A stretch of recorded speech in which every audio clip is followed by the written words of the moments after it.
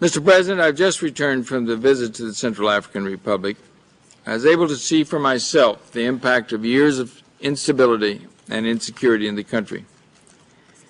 But I also heard words that reflected the profound faith that the government and the people of the country have in the United Nations, which they view as a reliable partner for the realization of their aspirations for a better future. The problems are huge, but I'm convinced the UN can help to move them toward a solution. As you meet here today, the National Assembly of the Central African Republic is currently holding an extraordinary session to discuss and adopt a new electoral code to guide the preparations for and conduct of legislative and presidential elections in 2010.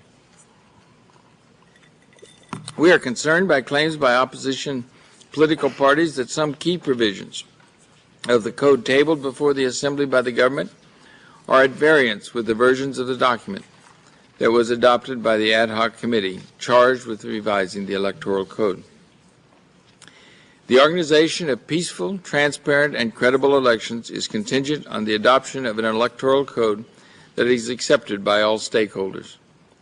Another key measure linked to the electoral code is the establishment of the Independent Electoral Commission, as called for by last December's inclusive political dialogue.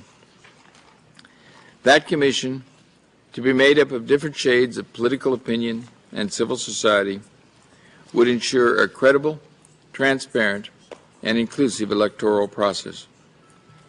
We have received a request for electoral assistance from the government, and once the commission is established, we will dispatch a needs assessment commission promptly to Bangui to assess ways in which the UN can contribute to the process. The Secretary General has called on the CAR authorities to ensure that elections are held on schedule as provided for in the CAR Constitution in order to prevent a constitutional power vacuum that could further complicate an already fragile political environment, including the possibility of renewed violence. We have also urged all political leaders to avoid intimidation, harassment, and incitement, and to work to eliminate the current climate of mistrust and suspicion in the CAR's political landscape. It is especially important for the government to guarantee security and a level playing field for all participants if the electoral process is to proceed peacefully and with credibility.